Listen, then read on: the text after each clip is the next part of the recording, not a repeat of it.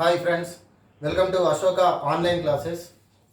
Indian polity, ఈ Indian పాలిటీకి సంబంధించి group 2లో అదేవిధంగా గ్రూప్ 1 ప్రిలిమ్స్లో మనకు మొత్తం ఎన్ని టాపిక్స్ ఉంటాయి, సో ఈ ఇండియన్ పాలిటీ పైన క్వశ్చన్స్ అనేవి ఏ విధంగా వస్తాయి అనేది మనం ఫస్ట్ క్లాస్గా డిస్కస్ చేద్దాం.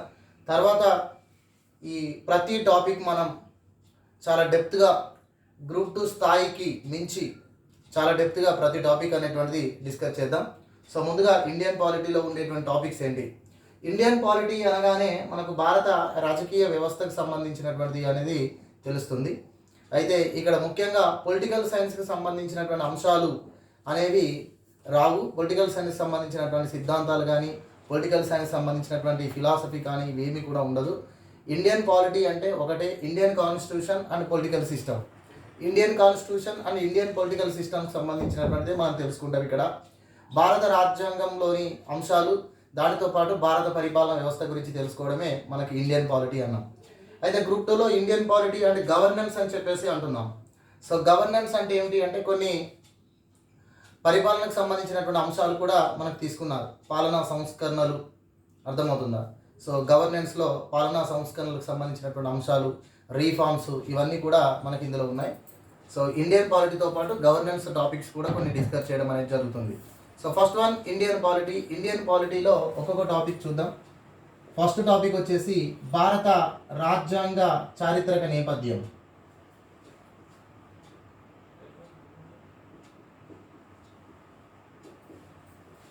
ఈ భారత రాజ్యాంగ చారిత్రక నేపథ్యం అంటే మనకి ఇక్కడ ఈ టాపిక్లో ప్రధానంగా రాజ్యాంగ చట్టాల గురించి ప్రస్తావించుకుంటాం. సో చాలామంది ఏమనుకుంటారంటే ఈ రాజ్యాంగ చారిత్రక నేపథ్యం అనేటువంటి టాపిక్ పెద్ద బోరు, అంతేకాకుండా ఈ టాపిక్ ఎక్కువ టైం తీసుకుంటుంది, ఈ టాపిక్ చెప్పకుండానే ఈ టాపిక్ స్కిప్ చేసి మిగతా టాపిక్స్ చెప్పుకోవడం అనేటువంటిది జరుగుతుంది. కానీ వాస్తవానికి నేను ఏమంటానంటే రాజ్యాంగం యొక్క అంశాలు మనం తెలుసుకునే ముందు రాజ్యాంగ నిర్మాణానికి దోహదపడినటువంటి రాజ్యాంగ చట్టాలు కానీ రాజ్యాంగ నిర్మాణ వ్యవస్థ కానీ మనం తెలియకుండా రాజ్యాంగంలోకి ఎంటర్ అవ్వడం అనేది కరెక్ట్ కాదు అని నా ఉద్దేశం.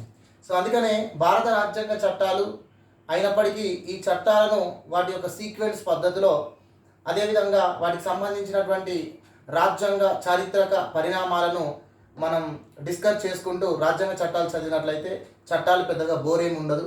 అంతేకాకుండా రాజ్యాంగ చట్టాల నుంచి కూడా మనకు 1-2 క్వశ్చన్స్ రావడమే కాకుండా ఈ రాజ్యాంగ చట్టాలను చదివినప్పుడు భారత రాజ్యాంగంలో ఉన్నటువంటి ఇతర అంశాలపైన ఒక అవగాహన అనేది మనకు కలుగుతుంది.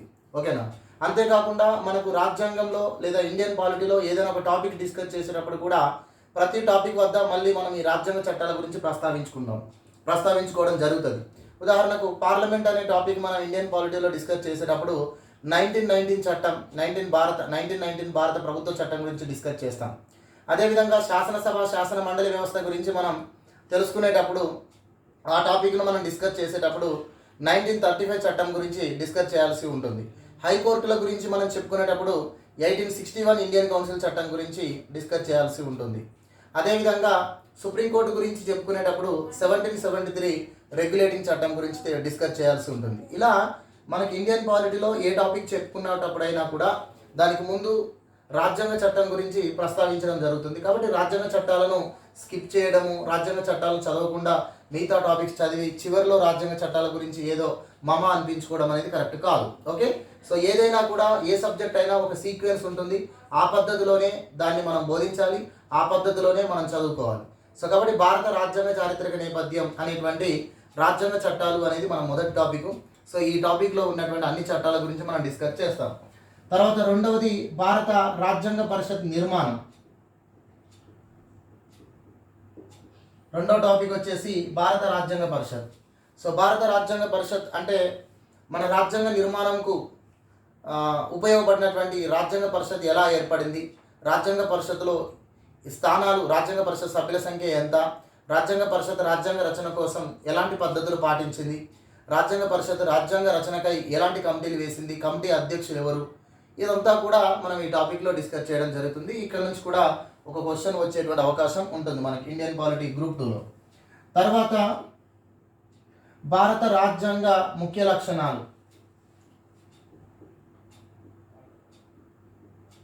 భారత రాజ్యాంగ ముఖ్య లక్షణాలు మరియు ప్రవేశిక అనేటువంటిది మరొక టాపిక్.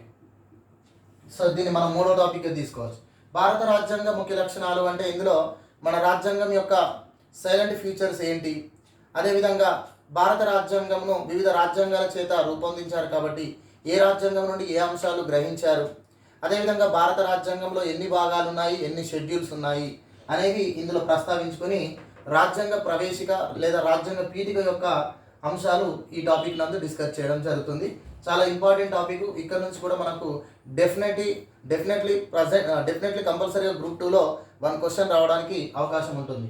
ప్రియాంబుల్ గురించి క్వశ్చన్ లేకుండా మనకి ఇండియన్ పాలిటీలో ఇప్పటి వరకు 2008 నుంచి మొదలుకున్న 2016లో జరిగిన ఎగ్జామ్లో, 2017లో జరిగిన ఎగ్జామ్లో కూడా మనకి ఏపీ తెలంగాణలో జరిగిన గ్రూప్ 2 ఎగ్జామ్లో కూడా ప్రియాంబుల్ నుంచి క్వశ్చన్ లేకుండా లేదు.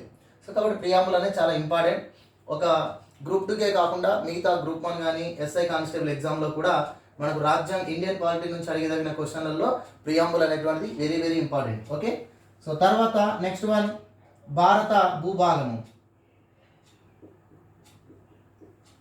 సో భారత భూభాగము అని చెప్పి వాస్తవానికి మన రాజ్యాంగం 25 భాగాలుగా ఉంటుంది. అందులో మొదటి భాగం భారత భూభాగం.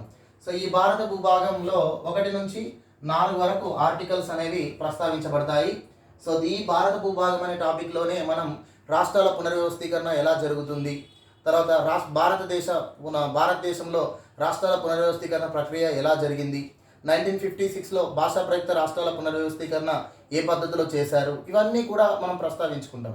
తర్వాత రాష్ట్రాల సరిహద్దులను మార్చడం, దేశ సరిహద్దులను మార్చే అధికారం ఎవరికి ఉంది, రాష్ట్ర సరిహద్దులను మార్చే అధికారం ఎవరికి ఉంది, రాష్ట్రాల పునర్వ్యవస్థీకరణ చేసేటప్పుడు పార్లమెంటు సాధారణ చట్టంతో చేస్తుందా లేదా తప్పనిసరిగా రాజ్యాంగ సవరణ చట్టం చేయాలా, ఎంతవరకు రాజ్యాంగ సవరణ అవసరము, ఏ సందర్భంలో రాజ్యాంగ సవరణ అవసరము, ఏ సందర్భంలో రాజ్యాంగ సవరణ అవసరం లేదు అనేటువంటి చాలా అంశాలు ఈ టాపిక్ నందు మనం డిస్కస్ చేస్తాం. సో ఇది మనకు 4th టాపిక్గా ఉంటుంది. తర్వాత 5th టాపిక్ నుండి వచ్చేసి పౌరసత్వం. సో పౌరసత్వం సిటిజన్షిప్ అని చెప్పేసి మనకు భారత రాజ్యాంగంలో 2వ భాగం ఇది. సో ఇందులో మనకు పౌరసత్వం అనేటువంటి టాపిక్ గురించి చాలా డెప్త్గా డిస్కస్ చేస్తాం. సో రీసెంట్గా మనకు పౌరసత్వ సవరణ చట్టం 2019 అనేది మీ అందరికీ తెలుసు. దాన్ని CAA 2019 అని చెప్పేసి అన్నారు. సో వివాదాస్పదమైనటువంటి సిటిజన్షిప్ అమెండ్మెంట్ యాక్ట్కి సంబంధించిన అంశాలు కూడా ఇందులో డిస్కషన్ చేస్తాం. అదేవిధంగా ద్వంద్వ పౌరసత్వ చట్టం గురించి కూడా డిస్కస్ చేస్తాం. అదేవిధంగా ప్రవాసీ భారతీయ దివాస్కు సంబంధించింది కూడా ఈ టాపిక్ నందే వస్తుంది. సో రీసెంట్గా మనకు 16వ ప్రవాసీ భారతీయ దివాస్ అనేది జరిగింది. ఓకేనా. సో 16వ ప్రవాసీ భారతీయ దివాస్కు ముఖ్య అతిథిగా ఎవరిని ఆహ్వానించారు, ఈ ప్రవాసీ భారతీయ దివాస్ యొక్క మోటో ఏంటి, ఇవన్నీ కూడా మనకు ఈ టాపిక్ నందు చాలా డీటెయిల్డ్గా డిస్కషన్ చేయడం అనేటువంటిది జరుగుతుంది. తర్వాత నెక్స్ట్ వన్ ఇక వెరీ వెరీ ఇంపార్టెంట్ ఇండియన్ పాలిటీలో ప్రాథమిక హక్కులు. సో ప్రాథమిక హక్కులు ఫండమెంటల్ రైట్స్ అంటాం. చాలా ఇంపార్టెంట్ టాపికే కాదు, చాలా పెద్ద టాపిక్. సో ఈ టాపిక్ మనం ఎక్కువ టైం తీసుకుంటుంది. ఎందుకంటే ప్రాథమిక హక్కులలో మనకు 6 రకాల ప్రాథమిక హక్కులు రాజ్యాంగం ఇచ్చింది. సో అందులో సమానత్వపు హక్కు అని, స్వేచ్ఛ స్వాతంత్ర్యపు హక్కు అని, పీడనాన్ని నిరోధించే హక్కు అని, తర్వాత మత స్వేచ్ఛ హక్కు అని, విద్యా సాంస్కృతిక హక్కు అని, రాజ్యాంగ పరిహారపు హక్కు అని 6 రకాల ప్రాథమిక హక్కులు ఉంటాయి. ఆస్తి హక్కు అనేది ఒకప్పుడు ప్రాథమిక హక్కుగా ఉండేది, కానీ ఆస్తి హక్కును ప్రాథమిక హక్కుగా తొలగించడం జరిగింది. దాన్ని చట్టబద్ధమైన హక్కుగా మార్చారు. అయితే ఆస్తి హక్కుకు చేసినటువంటి కొన్ని అమెండ్మెంట్స్ ఉన్నాయి. ఆ అమెండ్మెంట్స్ మాత్రం మనం ప్రాథమిక హక్కులు అనే టాపిక్లో డిస్కస్ చేయడం జరుగుతుంది. సో చాలా ఇంపార్టెంట్ టాపిక్, చాలా పెద్ద టాపిక్ ఇది. సో ఇండియన్ పాలిటీలో గ్రూప్ 2 నుంచి గ్రూప్ 1 కానీ ఇతర కాంపిటేటివ్ ఎగ్జామ్స్లో మనకు ఇండియన్ పాలిటీ నుంచి అడిగే క్వశ్చన్స్లలో ఎక్కువగా ఏ టాపిక్ నుంచి అడుగుతారు అంటే ప్రాథమిక హక్కులు అనే టాపిక్ నుంచి అడుగుతారు. సో తర్వాత నెక్స్ట్ వన్ ఆదేశిక సూత్రాలు. సో డైరెక్టివ్ ప్రిన్సిపల్స్ అంటాం. సో భారత రాజ్యాంగంలో 4వ భాగంలో ఈ ఆదేశిక సూత్రాలు ఉంటాయి. ఈ ఆదేశిక సూత్రాల్లో 3 రకాలు, సామ్యవాద సూత్రాలని, గాంధేయవాద సూత్రాలని, ఉదారవాద సూత్రాలని ఉంటాయి. సో ఆదేశిక సూత్రాలకు న్యాయ సంరక్షణ అనేది ఉండదు. ఆదేశిక సూత్రాలు అనేటువంటివి ప్రభుత్వాలు అమలు చేయాల్సినటువంటి విధానాలు అన్నట్టు. అంటే ప్రభుత్వం ప్రజా సంక్షేమం, సమాజ సంక్షేమం కోసం పాటించాల్సినటువంటి మార్గదర్శకాలను, పాటించాల్సిన సంక్షేమ విధానాలే ఈ ఆదేశిక సూత్రాలు. సో ఇది కూడా మనకి ఇంపార్టెంట్. ప్రభుత్వం అనేక స్కీమ్స్ను ఇంట్రడ్యూస్ చేస్తుంటుంది. ఆ స్కీమ్స్ ఇంట్రడ్యూస్ చేయడంలో ఈ ఆదేశిక సూత్రాలే మార్గదర్శకంగా ఉంటాయి. తర్వాత నెక్స్ట్ టాపిక్ వచ్చేసి ప్రాథమిక విధులు. సో ఆదేశిక సూత్రాలతో పాటుగా ప్రాథమిక విధులు అనేటువంటి మరొక చిన్న టాపిక్ కూడా ఈ టాపిక్లోనే డిస్కస్ చేయాలి. ప్రాథమిక విధులు అనేవి భారత రాజ్యాంగం ప్రారంభంలో లేవు. సో స్వరణ్ సింగ్ కమిటీ సూచన మేరకు ప్రాథమిక విధులు అనేవి మన భారత రాజ్యాంగంలో చేర్చారు. ప్రాథమిక విధులు అనేది మన భారత రాజ్యాంగంలో 4 అనే భాగం నందు చేర్చడం జరిగింది. సో ప్రాథమిక విధులు ప్రస్తుతం మన భారత రాజ్యాంగంలో మొత్తం 11 ఉన్నాయి. ప్రాథమిక విధులకు న్యాయ సంరక్షణ అనేది ఉండదు. కానీ పౌరులు ప్రాథమిక విధులు పాటించే విధంగా పౌరులు ప్రాథమిక విధులు పాటించినప్పుడు, కొన్ని ప్రాథమిక విధులు పౌరులు ఉల్లంఘించినప్పుడు కొన్ని చట్టాల ప్రకారం శిక్ష విధించే అవకాశం కూడా ఉంది. అందుకే ప్రాథమిక విధులకు న్యాయ సంరక్షణ లేకపోవచ్చు, కానీ కొన్ని చట్టాల ప్రకారం చట్ట సంరక్షణ ఉంది అని చెప్పేసి మనం అనుకోవచ్చు. సో వాటికి సంబంధించిన చట్టాలు ఏమిటి, మొత్తం 11 ప్రాథమిక విధులు ఏమిటి, ఈ ప్రాథమిక విధులకు ఉన్న ప్రాధాన్యత ఏమిటి, ప్రాథమిక విధులు పౌరులు పాటించడం కోసం ఏం చేయాలి, కేంద్ర ప్రభుత్వం ఏ కమిటీ వేసింది, సుప్రీంకోర్టు ప్రాథమిక విధులను పౌరులు పాటించేలా ఏం చేస్తుందని ప్రభుత్వాన్ని ప్రశ్నించింది, ప్రభుత్వం ఎలాంటి వివరణ సుప్రీంకోర్టుకి ఇచ్చింది, ఇవన్నీ కూడా ఈ టాపిక్ నందే డిస్కస్ చేయడం జరుగుతుంది. తర్వాత నెక్స్ట్ టాపిక్ వచ్చేసి భారత సమాఖ్య లక్షణాలు. సో భారత సమాఖ్య లక్షణాలు అంటే కేంద్ర ప్రభుత్వము రాష్ట్ర ప్రభుత్వాలకు మధ్య ఉన్నటువంటి వివిధ సంబంధాల గురించి డిస్కస్ చేస్తాం. కేంద్ర రాష్ట్ర ప్రభుత్వాల మధ్య ఉన్నటువంటి శాసన, పరిపాలన, ఆర్థిక పరమైనటువంటి సంబంధాల గురించి డిస్కస్ చేస్తాం. అదేవిధంగా కేంద్ర రాష్ట్రాల అధ్యయనం కోసం కొన్ని కమిటీలు వేశారు. ఓకేనా, రాజమన్నార్ కమిటీ అని, సర్కారియా కమిషన్ అని చెప్పి, మదన్ మోహన్ పూంచి కమిషన్ అని చెప్పి, సో వివిధ కమిషన్స్, ఆ కమిషన్స్ యొక్క సిఫార్సులు ఏమిటి, ప్రభుత్వం పాటిస్తున్నటువంటి అంశాలు ఏమిటి, భారత సమాఖ్య లక్షణాలు ఏమిటి అనేవి ఈ టాపిక్ నందు వస్తుంది. తర్వాత నెక్స్ట్ వన్ కేంద్ర ప్రభుత్వం. సో చాలా పెద్ద టాపిక్. ప్రాథమిక హక్కుల తర్వాత పెద్ద టాపిక్ ఏదంటే కేంద్ర ప్రభుత్వం. సో కేంద్ర ప్రభుత్వంలో 3 భాగాలు ఉంటాయి, 3 పార్ట్స్ అనేటువంటివి ఉంటాయి కేంద్ర ప్రభుత్వంలో. కార్యనిర్వాహక భాగం అనేది, అదేవిధంగా శాసన నిర్మాణ భాగం అని, అదేవిధంగా న్యాయ విభాగం అని 3 విభాగాలు ఉంటాయి. కార్యనిర్వాహక భాగంలో మనం రాష్ట్రపతి, ప్రధానమంత్రి, మంత్రి మండలి, ఉపరాష్ట్రపతికి సంబంధించిన అంశాలు డిస్కస్ చేస్తాం. తర్వాత శాసన నిర్మాణ భాగంలో పార్లమెంట్ గురించి డిస్కస్ చేస్తాం. తర్వాత న్యాయ విభాగంలో సుప్రీంకోర్టు గురించి తెలుసుకోవడం జరుగుతుంది. సో దీంతో మనకు కేంద్ర ప్రభుత్వం అనేది పూర్తవుతుంది.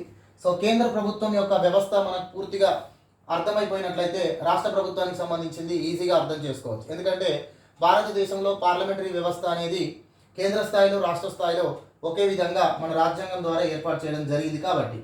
సో నెక్స్ట్ మనకు 10వ టాపిక్ వచ్చేసి రాష్ట్ర ప్రభుత్వం. సో ఈ రాష్ట్ర ప్రభుత్వంలో 3 భాగాలు ఉన్నాయి.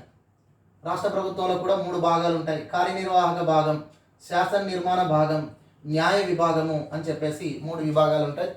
ఇందులో కూడా కార్యనిర్వాహక భాగం అంటే రాష్ట్ర ప్రభుత్వంలో కార్యనిర్వాహక వర్గం అంటే గవర్నర్, ముఖ్యమంత్రి, మంత్రి మండలికి సంబంధించింది. రాష్ట్ర ప్రభుత్వంలో శాసన నిర్మాణ భాగము అంటే శాసనసభ, శాసన మండలికి సంబంధించింది. రాష్ట్ర ప్రభుత్వంలో న్యాయ విభాగము అంటే రాష్ట్ర హైకోర్టు మరియు జిల్లా న్యాయస్థానాల యొక్క విధుల గురించి మనకు డిస్కస్ చేయడం జరుగుతుంది. సో దీంతో రాష్ట్ర ప్రభుత్వం పూర్తయిన తర్వాత నెక్స్ట్ టాపిక్ వచ్చేసి మనకు స్థానిక స్వపరిపాలనా సంస్థలు అని చెప్పేసి ఉంటుంది. స్థానిక స్వపరిపాలనా సంస్థలు. సో వీటిని మనం లోకల్ సెల్ఫ్ గవర్నెన్స్ అని చెప్పేసి అంటాం, లేదా లోకల్ బాడీస్ అని చెప్పేసి పిలవడం జరుగుతుంది. అంటే ఈ స్థానిక స్వపరిపాలన సంస్థల్లో మనకు పంచాయతీ సంస్థలు మరియు పట్టణ పరిపాలన సంస్థల గురించి ఉంటుంది. 73, 74వ రాజ్యాంగ సవరణ చట్టం గురించి ప్రస్తావిస్తాం. సో రాజ్యాంగ సవరణ చట్టాన్ని గురించి కూడా ఇక్కడనే మనం తెలుసుకుంటాం. 368వ ఆర్టికల్ ప్రకారం రాజ్యాంగ సవరణ పద్ధతి ఏంటి, రాజ్యాంగాన్ని ఎన్ని పద్ధతుల్లో సవరించవచ్చు, ఓకేనా. తర్వాత రాజ్యాంగ సవరణ అధికారం పార్లమెంటుకి ఎంతవరకు ఉంది, పార్లమెంట్ యొక్క రాజ్యాంగ సవరణ అధికారం పైన న్యాయస్థానానికి ఎంతవరకు న్యాయ సమీక్ష చేసే అధికారం ఉంది, ఇప్పటివరకు చేసిన రాజ్యాంగ సవరణ చట్టాలు ఏంటి, మరియు 73, 74వ రాజ్యాంగ సవరణ చట్టం యొక్క పూర్తి అంశాల గురించి కూడా మనం ఈ స్థానిక స్వపరిపాలన సంస్థల వద్ద డిస్కస్ చేస్తాం. అంటే రాజ్యాంగ సవరణ పద్ధతి గురించి మరియు రాజ్యాంగ సవరణ అధికారం గురించి తెలుసుకొని అందులో ముఖ్యమైన 73, 74వ రాజ్యాంగ సవరణ చట్టం గురించి ఇందులో ప్రస్తావించడం జరుగుతుంది. తర్వాత నెక్స్ట్ వన్ 12వది. సో 12వ టాపిక్ వచ్చేసి మనకు సంక్షేమ యంత్రాంగం. సంక్షేమ యంత్రాంగం, సో వెల్ఫేర్ మెకానిజం అంటాం. సంక్షేమ యంత్రాంగం అనగానే చాలామంది కేవలం కమిషన్స్ గురించి మాత్రమే చెప్పి వదిలేస్తూ ఉంటారు. కమిషన్సే కాదండి, యంత్రాంగం అంటే భారత రాజ్యాంగంలో అనేక వర్గాల యొక్క సంక్షేమం గురించి కొన్ని అంశాలు పేర్కొనబడి ఉన్నాయి. సో ఉదాహరణకు బలహీన వర్గాలైనటువంటి, సామాజికంగా వెనుకబడిన వర్గాలైనటువంటి ఎస్సీ, ఎస్టీ, బీసీల గురించి వారి యొక్క సంక్షేమానికి సంబంధించినటువంటి రాజ్యాంగ నిబంధనలు, అదేవిధంగా ఎస్సీ, ఎస్టీ సంక్షేమం కోసం ప్రభుత్వం చేస్తున్నటువంటి వివిధ విధానాలు కానీ, వివిధ సంక్షేమ పథకాలు కానీ, దాంతోపాటు వెనుకబడిన తరగతుల స్థితిగతుల కోసం ప్రభుత్వం నియమించినటువంటి కమిషన్స్, వెనుకబడిన తరగతుల కోసం రాజ్యాంగంలో పేర్కొన్నటువంటి నిబంధనలు, వెనుకబడిన తరగతులకు ప్రభుత్వాలు కల్పిస్తున్నటువంటి ప్రొవిజన్స్, అదేవిధంగా మనకు మైనారిటీల యొక్క సంక్షేమం గురించి రాజ్యాంగంలో ఏముంది, మైనారిటీ సంక్షేమం కోసం ప్రభుత్వం చేస్తున్నటువంటి విధానాలు ఏమిటి, అదేవిధంగా మానవ హక్కుల కమిషన్కి సంబంధించినటువంటివి, మానవ హక్కులు, భారత రాజ్యాంగంలో పేర్కొనబడిన ప్రాథమిక హక్కులలో మానవ హక్కులు ఏమిటి, సో మానవ హక్కులకు మన రాజ్యాంగం ప్రకారం ఎంతవరకు ప్రాధాన్యత ఇవ్వచ్చు, మానవ హక్కులకు ఎంతవరకు చట్టబద్ధత ఉంది, ఇవన్నీ కూడా మనం డిస్కస్ చేయడం జరుగుతుంది. దాంతోపాటుగా మహిళా సంక్షేమం, సో రాజ్యాంగం ప్రకారం మహిళా సంక్షేమం కోసం ఉన్నటువంటి ప్రొవిజన్స్ ఏంటి, ప్రభుత్వం జాతీయ మహిళా విధానం ద్వారా ఏం తెలియజేస్తుంది, మహిళా సంక్షేమం కోసం ప్రభుత్వం తీసుకున్నటువంటి చర్యలు ఏమిటి, తర్వాత ఇక బాలల సంక్షేమం, సో బాలల సంక్షేమానికి సంబంధించి రాజ్యాంగంలో ఉన్నటువంటి బాలల హక్కులు ఏమిటి, ఐక్యరాజ్య సమితి గుర్తించినటువంటి బాలల హక్కులు ఏవి, తర్వాత బాలల హక్కుల పరిరక్షణ కోసం ప్రభుత్వం చేసిన చట్టాలు ఏంటి, బాలల సంక్షేమం కోసం ప్రభుత్వం తీసుకున్నటువంటి చర్యలు ఏమిటి, ఇవన్నీ డిస్కస్ చేస్తాం. వీటితో పాటుగా మనం జాతీయ SC commission, ST commission, BC commission, minority commission, మహిళా కమిషను, మానవ హక్కుల కమిషను, అదేవిధంగా బాలల హక్కుల పరిరక్షణ కమిషన్స్ అనేవి జాతీయ కమిషన్ తెలుసుకుంటాం. జాతీయ కమిషన్స్తో పాటుగా అదేవిధంగా రాష్ట్రాల యొక్క కమిషన్ల గురించి కూడా ఇందులో మనకు డిస్కస్ చేయడం జరుగుతుంది. సో మొత్తానికి సంక్షేమ యంత్రాంగం అంటే వివిధ వర్గాల యొక్క సంక్షేమంతో పాటుగా ప్రభుత్వం తీసుకున్నటువంటి చర్యలతో పాటుగా జాతీయ, రాష్ట్ర స్థాయి కమిషన్ల గురించి ఎప్పుడైతే మనం పూర్తిగా తెలుసుకుంటామో ఆ టాపిక్ అనేది కంప్లీట్ అవుతుంది అన్నట్టు. ఓకేనా? సో నెక్స్ట్ టాపిక్ వచ్చేసి రాజ్యాంగ సంస్థలు, రాజ్యాంగపరమైన సంస్థలు, కాన్స్టిట్యూషనల్ బాడీస్ అని చెప్పేసి అంటాం.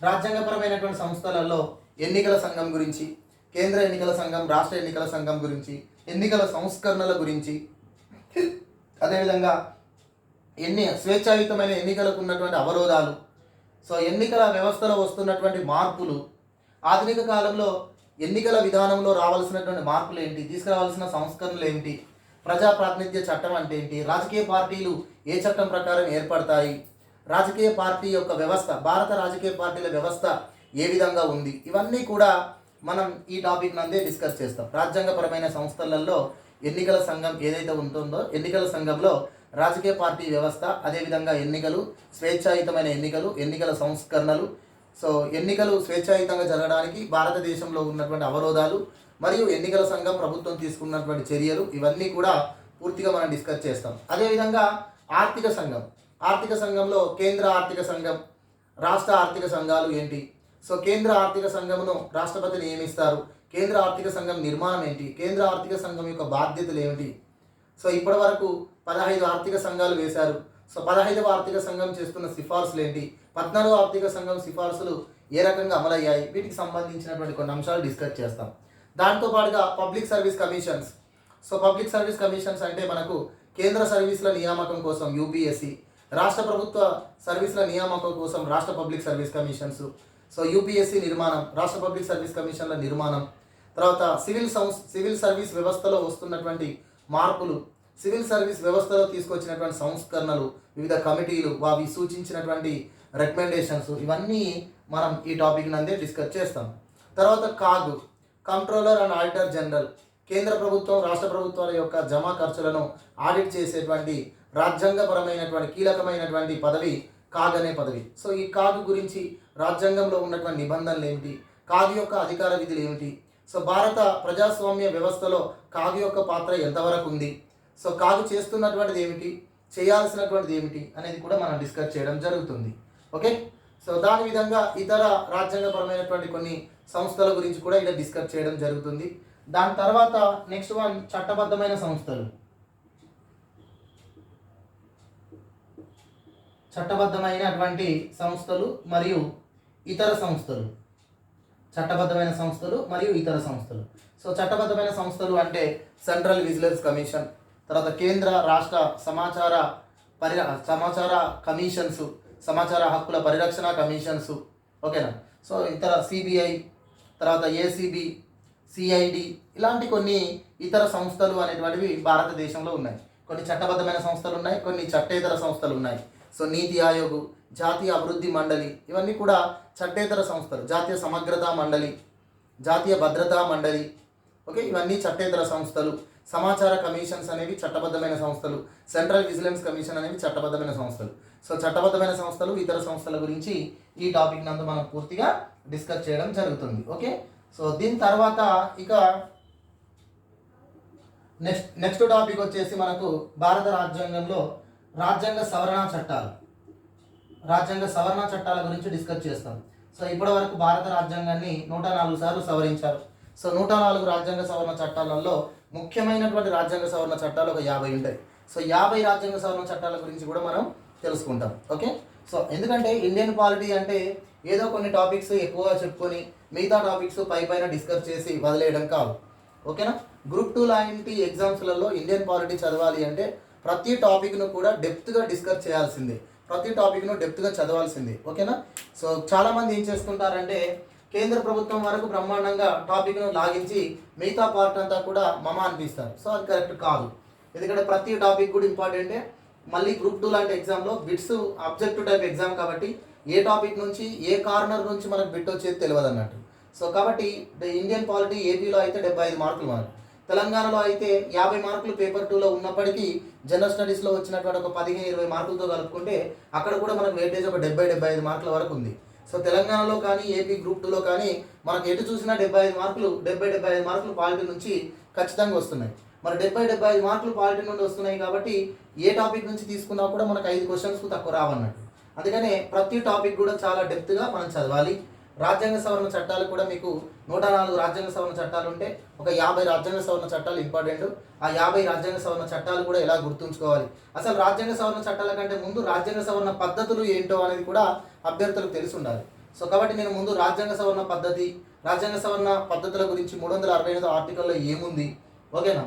తర్వాత రాజ్యాంగ సవరణ అధికారం పార్లమెంట్కి ఎలా ఉంది, దానిపైన న్యాయ సమీక్ష అధికారం న్యాయస్థానాలకు ఎలా ఉంది అని తెలియజేస్తూ వివిధ రాజ్యాంగ సవరణ చట్టాలు, అవి చేసిన సందర్భాలు, ఆ రాజ్యాంగ సవరణ చట్టాల వల్ల జరిగినటువంటి రాజ్యాంగపరమైన మార్పులు ఏమిటి, పరిపాలన వ్యవస్థలో జరిగిన మార్పులు ఏమిటి అనేది కూడా డిస్కస్ చేయడం జరుగుతుంది. చాలా డెప్త్గా రాజ్యాంగ సవరణ చట్టాల గురించి తెలుసుకుంటాం. దీని తర్వాత నెక్స్ట్ టాపిక్ వచ్చేసి సుప్రీంకోర్టు కేసులు అండి. దాదాపుగా ఒక 180 సుప్రీంకోర్టు కేసెస్ ఉన్నాయి, 1 కాదు 2 కాదు, 180 సుప్రీంకోర్టు కేసెస్ ఉన్నాయి. అయితే ఇందులో ఇంపార్టెంట్ సుప్రీంకోర్టు కేసెస్ ఒక 15 ఉంటాయి. సో ఆ 15 సుప్రీంకోర్టు కేసెస్ను ఇన్డెప్త్గా మనకు సబ్జెక్ట్ ఉపయోగపడే విధంగా ఎనాలిసిస్ చేయడం జరుగుతుంది. అంటే రాజ్యాంగ సవరణ చట్టాలు చెప్పడం జరుగుతుంది, అదేవిధంగా ఒక 15 సుప్రీంకోర్టు కేసుల గురించి కూడా మీకు డిస్కస్ చేయడం జరుగుతుంది. తర్వాత ఇక మిస్లీనియస్ అంటే ఇక రాజ్యాంగంలో ఇంకా కరెంటు పాలిటిక్స్ సంబంధించినటువంటి అంశాలు, తర్వాత పాలిటీ నుంచి వస్తున్నటువంటి క్వశ్చనింగ్ విధానము, అదేవిధంగా ఈ మధ్య కాలంలో జరిగినటువంటి కరెంట్ ఇష్యూస్ అన్నీ కూడా, ఈ మధ్య కాలంలో జరిగిన కరెంట్ ఇష్యూస్ అన్నీ, అదేవిధంగా రాజ్యాంగంలో గుర్తుంచదగినటువంటి ఆర్టికల్ను గుర్తుంచుకోవడానికి వాడేటువంటి కోడ్స్ అంటాం. కొన్ని పద్ధతులు ఉంటాయి, అంటే ఆర్టికల్స్ను గుర్తుంచుకోవాలంటే కొన్ని కోడ్స్ ఉంటాయి, వాటికి సంబంధించిన అంశాలు, ఆర్టికల్స్ని ఎలా గుర్తుంచుకోవాలి, రాజ్యాంగంను అర్థం చేసుకోవాలంటే ఏ విధంగా చదివితే అర్థమవుతుంది, ఏ విధంగా చదివితే గుర్తుంటుంది. సో ఇండియన్ పాలిటీపై ఎలాంటి క్వశ్చన్స్ వస్తున్నాయి, ఈ మధ్య కాలంలో క్వశ్చనింగ్ విధానం ఎలా మారిపోయింది, మనం చదివే విధానం ఎలా ఉండాలి, ఇవన్నీ కూడా లాస్ట్ టాపిక్లో మీకు పూర్తిగా ఇండియన్ పాలిటీకి సంబంధించి అన్ని టాపిక్స్ కంప్లీట్ అయిన తర్వాత హౌ టు ఇండియన్ పాలిటీ అనేటువంటిది ఎక్కువ మార్కులు రావడానికి ఏం చేయాలి, ఏ రకంగా చదివితే మనకు సబ్జెక్ట్ గుర్తుంటుంది మరియు ఎగ్జామ్లో ఎక్కువ స్కోర్ చేస్తాం అనేది చివరిలో చెప్తాం. చాలామంది ఏదో రకంగా కొన్ని ఉచిత సలహాలు ఇస్తూ ఉంటారు. సో ఉచిత సలహాలు కాదు, ఫస్ట్ సబ్జెక్ట్ను నేర్చుకోవాలి. సబ్జెక్ట్ను నేర్చుకున్న తర్వాత సబ్జెక్ట్ను గుర్తుంచుకోవడానికి కొన్ని పద్ధతులు ఉంటాయి, అంతేకాని సబ్జెక్టు షార్ట్కట్లో నేర్చుకోవడం అనేది ఉండదండి. ఏదో పైన ఒక 60 గంటలు 70 గంటలు పాలిటీ అంటే కాదు. సో ఇక్కడ ఇండియన్ పాలిటీ గ్రూప్ 2లో అయితే నేను మరీ చెప్తున్నా, గైడెన్స్ లాగా ఉంటే మాత్రం ఇది ఎక్కడికి పనిచేయదు, దేనికి పనిచేయదండి. ఒక సబ్జెక్ట్ అనేది జస్ట్ గైడెన్స్ లాగా. అంటే ప్రాథమిక హక్కులు అనగానే ప్రాథమిక హక్కుల లక్షణాలు ఏంటి, ప్రాథమిక హక్కుల స్వభావం ఏంటి, ప్రాథమిక హక్కుల గురించి తెలియజేస్తున్న ఆర్టికల్స్ ఏంటి, వీటిని ఎలా చదవాలి అయిపోయింది అంటే కుదరదు. ఎందుకంటే ఒక్కొక్క ఆర్టికల్ గురించి మనం ఆర్టికల్లో ఉన్నటువంటి వాక్యాలను, ఆర్టికల్లో ఉన్న వాక్యాల్లో ఉన్న అర్థాన్ని, మరియు సుప్రీంకోర్టు చెప్పినటువంటి జడ్జిమెంట్, సుప్రీంకోర్టు చెప్పిన జడ్జిమెంట్ ప్రకారం ఆర్టికల్లో ఉన్నటువంటి ఇన్డెప్త్ ఏంటి, ఇవన్నీ కూడా మనం చాలా డెప్త్గా డిస్కస్ చేయాలి. సో అలా ప్రతి టాపిక్ మనం డిస్కస్ చేస్తే చాలా అవర్స్ పడుతుంది. అయినప్పటికీ కూడా మనం ఇండియన్ పాలిటీని ఆ పద్ధతిలోనే మనం చదవాలి. అలా చదివినప్పుడే గ్రూప్ 2 లాంటి ఎగ్జామ్లో మనకి మెయిన్ సబ్జెక్ట్గా ఉన్న ఇండియన్ పాలిటీ నుంచి ఎక్కువ స్కోర్ చేయగలుగుతాం. చూడండి, దీనికి ఒక పరిధి ఉంది, కానీ దానికి సంబంధించిన డెప్త్ ఉంటుంది. ఆ డెప్త్ లేకుండా ఈ పాలిటీ అనేది కూడా చాలా తక్కువ క్లాసు 50 గంటలలో కూడా కంప్లీట్ చేసుకోవచ్చు. మన పాలిటీ పెద్ద విషయం కాదు. కానీ పాలిటీ అయిపోయింది, తొందరగా కంప్లీట్ చేసాం అనేది కాకుండా మనకు ఎగ్జామ్లో ఉపయోగపడే విధంగా. ఈరోజు ఎగ్జామ్ ట్రెండ్ చాలా మారిపోయింది. ఈరోజు మనకు సింగిల్ లైన్ క్వశ్చన్స్ లేవు. ఓకేనా, ఒక క్వశ్చన్ ఇచ్చి 4 ఆప్షన్స్ ఇచ్చి ఏదో ఒకటి చేసుకునేటువంటి ఛాన్స్ మనకు లేదు. ఇప్పుడు ఎలా ఉంది అంటే ఒక 4 అంశాలు ఇటువైపు 4 అంశాలు అటువైపు ఇచ్చి జతపరచమంటున్నాడు. లేదా ఏదైనా ఒక టాపిక్ సంబంధించి కాన్సెప్ట్ బేస్డ్ 2 స్టేట్మెంట్స్ ఇస్తున్నాడు. ఆ స్టేట్మెంట్స్ కింద 4 ఆప్షన్స్ ఇస్తున్నాడు. వాటిలో ఏది కరెక్ట్ అని అంటున్నాడు. సో చాలా సివిల్స్ ప్యాటర్న్లో మనకు పాలిటీ పైన క్వశ్చన్స్ వస్తున్నాయి. మరి ఆ పద్ధతిలో వస్తున్నప్పుడు ఈ సబ్జెక్ట్ సంబంధించిన కాన్సెప్ట్ అర్థం చేసుకోవాలి. దాంతోపాటుగా ఈ సబ్జెక్ట్లో ఉన్నటువంటి ఇతర అంశాలన్నీ గుర్తుంచుకోవాలి. దాంతోపాటుగా కరెంటు పాలిటీని అప్డేట్ చేస్తూ ఉండాలి. దాంతోపాటుగా ఎగ్జామ్లో వచ్చేటువంటి క్వశ్చన్స్ను ఫాలో అవ్వాలి. ఈ 4 అంశాలను పరిశీలిస్తే నీకు 100% ఇండియన్ పాలిటీ కంప్లీట్ అయినట్టు. అప్పుడే నీకు ఇండియన్ పాలిటీ కోచింగ్ను పొందినట్టు. అంతేకాని ఏదో సబ్జెక్ట్ అంటే జస్ట్ సబ్జెక్ట్ అంటే తొందరగా కంప్లీట్ చేయడం కూడా ఒక గ్రేట్గా ఫీల్ అయ్యేటువంటి వాళ్ళు కూడా ఉంటారు. తొందరగా కంప్లీట్ చేయడం అంటే లిమిటెడ్ అవర్స్ అంతే. పాలిటీ అంటే ఇంతే ఉంటుంది, దీన్నే చదువుకోవాలి. అంతేకాని గ్రంథాలుగా మనం దీన్ని చదవని అవసరం లేదని. నేను ఇక్కడ గ్రంథాలు చదవమనట్లేదు, కానీ సబ్జెక్ట్లో ఉన్న అన్ని టాపిక్స్ చదవాలి అంటాను నేను.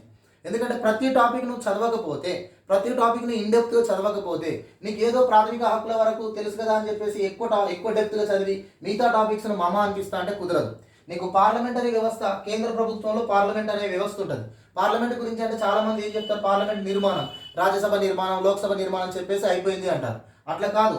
పార్లమెంట్ అంటే రాజ్యసభ, లోక్సభ నిర్మాణంతో పాటు రాజ్యసభకు ఉన్నటువంటి అధికారాలు ఏమిటి, లోక్సభకు ఉన్నటువంటి అధికారాలు ఏమిటి, రాజ్యసభ యొక్క పాత్ర ఏంటి, లోక్సభ యొక్క పాత్ర ఏంటి, భారత పార్లమెంట్ వ్యవస్థ యొక్క లక్షణాలు ఏంటి, భారతదేశం పార్లమెంటరీ వ్యవస్థని ఎందుకు ఎంచుకుంది, అధ్యక్ష తరహా ప్రభుత్వానికి పార్లమెంటు తరహా ప్రభుత్వానికి మధ్య వ్యత్యాసం ఏంటి, తర్వాత పార్లమెంటరీ కమిటీలు ఏంటి, పార్లమెంటరీ పదాలు ఏమిటి, పార్లమెంట్లో ఒక బిల్లు ఏ విధంగా చట్టంగా మారడానికి ఎన్ని పద్ధతులు ఉంటాయి, బడ్జెట్ని ఏ విధంగా ప్రవేశపెడతారు, బడ్జెట్ ప్రక్రియ ఏంటి, వివిధ బిల్లు ప్రక్రియ ఏంటి, రాజ్యాంగ సవరణ బిల్స్ ఏ విధంగా ప్రవేశపెడతారు, పబ్లిక్ బిల్ అంటే ఏంటి, ప్రైవేట్ బిల్ అంటే ఏంటి, ప్రైవేట్ బిల్లు వారంలో ఏ రోజు ప్రవేశపెట్టబడుతుంది, ప్రైవేట్ బిల్లును ఏ సందర్భాలలో అంటే వేటిపైన ప్రైవేట్ బిల్ ప్రవేశపెట్టే అవకాశం ఉంది, వేటిపైన ప్రైవేట్ బిల్ ప్రవేశపెట్టడానికి వీలు లేదు. ఎన్నో అంశాలు పార్లమెంట్ గురించి ఉంటాయి. పార్లమెంట్ గురించి చెప్పాలంటేనే దగ్గర 15-20 గంటలు పడుతుంది. అర్థమవుతుందా? కాబట్టి ఈ సబ్జెక్ట్ అనేటువంటిది చాలా పెద్దది. ఈ సబ్జెక్ట్ అనేది చదివితే ఎంతైనా ఉంది. దాన్ని బట్టే మనకి ఎగ్జామ్లో క్వశ్చన్స్ వస్తాయి. మెయిన్ సబ్జెక్టు ఇది. జనరల్ స్టడీస్లో ఒక 10-15 క్వశ్చన్లకు నీకు ఇండియన్ పాలిటీ ఉందంటే ఎస్, మీరు అన్నట్టు 50-60 గంటలు చదివితే సరిపోతుంది. కానీ మెయిన్ సబ్జెక్టుగా పెట్టుకొని ఇంత మెయిన్ సబ్జెక్టుగా పెట్టుకున్నప్పుడు ఏదో అనిపించుకోవడం అనేటువంటిది కరెక్ట్ కాదు. ఓకే, సో అభ్యర్థులుగా మీరు ఒకటే ఫిక్స్ అయిపోండి, ఇండియన్ పాలిటీ అనేది మన గ్రూప్ 2లో మెయిన్ సబ్జెక్టు కాబట్టి ఒక ఆప్షనల్ పేపర్ ఎలా చదువుతామో మెయిన్ సబ్జెక్ట్ను ఆ విధంగా చదవాలి. ఆ విధంగా చదవాలంటే ప్రతి టాపిక్ను చాలా డెప్త్గా, అనాలిసిస్ బేస్డ్గా, కాన్సెప్ట్ బేస్డ్గా, కరెంట్ ఇష్యూస్ను యాడ్ చేసుకుంటూ చదవాలి. అప్పుడే మనకు 100% పాలిటీ కంప్లీట్ అయిపోయినట్టుగా. మనకు 75 క్వశ్చన్స్ వస్తే 75కు 70 వరకు మనం ఈజీగా 75 క్వశ్చన్స్ 75 మార్కులు అంటే ఈజీగా 70 క్వశ్చన్స్ మనం ఆన్సర్ చేయడానికి వీలుంటుంది. ఓకేనా? సో ఏదో 50 గంటలు 40 గంటలలో పాలిటీ కంప్లీట్ చేసుకుంటే ఖచ్చితంగా 10-15 కంటే ఎక్కువ రావు మార్కులు. 10-15 క్వశ్చన్స్ కంటే మీరు ఎక్కువ పెట్టలేరు, నేను చెప్తున్నాను. ఎందుకంటే ఒక్కొక్క టాపిక్ చెప్పడానికి చాలా ఎక్కువ టైం పడుతుంది. అయితే ఎంత టైం పట్టినా కూడా దానికంటూ కూడా ఒక హద్దుని ఏర్పాటు చేసుకొని, సో మెయిన్ కాన్సెప్ట్ తెలియజేసుకొని మీరు ఇంకా ఏం చదవాలి అడిషనల్గా అనేది చెప్పుకుంటూ ఈ సిలబస్ను కంప్లీట్ చేయడం జరుగుతుంది. మొత్తానికి 100% ఈ టాపిక్స్ అన్నీ కూడా ఇన్ టైంలో కంప్లీట్ చేసి మీరు ఇంకా దీంతో పాటుగా వీటిని అప్డేట్ చేసుకుంటూ ఉండాలి. వీటితో పాటుగా మనం ఏ రకంగా క్వశ్చన్స్ ప్రాక్టీస్ చేయాలి అనేది కూడా నేను మీకు డిస్కస్ చేయడం జరుగుతుంది, మీకు తెలియజేయడం జరుగుతుంది. Okay, this is Indian polity and governance అంటే ఇండియన్ పాలిటీ అండ్ గవర్నెన్స్ సంబంధించినవి. గవర్నెన్స్ సంబంధించినవి అంటే ఇక్కడ ఇవి అండి, ఏం లేదు. గవర్నెన్స్ అంటే ఏమిటి, ఈ గవర్నెన్స్ అంటే ఏమిటి, తర్వాత దాంతోపాటు పాలనా సంస్కరణలు అడ్మినిస్ట్రేటివ్ రీఫార్మ్స్ అంటే ఏమిటి అని చెప్పేసి, తర్వాత పబ్లిక్ పాలసీస్ అంటే ఏమిటి అనేది ఒక 4-5 టాపిక్స్ ఉంటాయి. అవి గవర్నెన్స్ సంబంధించిన టాపిక్స్. సో గవర్నెన్స్ సంబంధించినటువంటి దానిలో ఇండియన్ పాలిటీ గవర్నెన్స్లో గవర్నెన్స్ నుంచి మనకు 3-4 క్వశ్చన్స్ కంటే ఇంతవరకు ఎప్పుడు ఎక్కువ ఏం అడగలే. అయినప్పటికీ కూడా గవర్నెన్స్ అంటే ఏంటి, ఈ గవర్నెన్స్ అంటే ఏంటి, గుడ్ గవర్నెన్స్ అంటే ఏంటి, తర్వాత అడ్మినిస్ట్రేటివ్ రీఫార్మ్స్ ఏమి అడ్మినిస్ట్రేటివ్ రీఫార్మ్స్ ఏం జరిగినాయి, అదేవిధంగా పబ్లిక్ పాలసీ అంటే ఏమిటి, సో వివిధ పబ్లిక్ పాలసీస్ ఎలా ఉన్నాయి అనేది కూడా మీకు చివరిలో డిస్కస్ చేయడం జరుగుతుంది. అవి కూడా చెప్పడం జరుగుతుంది. Okay, this is Indian polity అండి. గ్రూప్ 2 మరియు గ్రూప్ 2కు పూర్తి స్థాయి సబ్జెక్టు. అదేవిధంగా మీరు గ్రూప్ 1 ప్రిలిమ్స్కు ఇండియన్ పాలిటీ నుంచి ఆల్మోస్ట్ అన్ని క్వశ్చన్స్కు మీరు ఆన్సర్ చేసే విధంగా ఈ సబ్జెక్ట్ అనేటువంటిది మీకు అందించడం జరుగుతుంది. Thank you, all the best.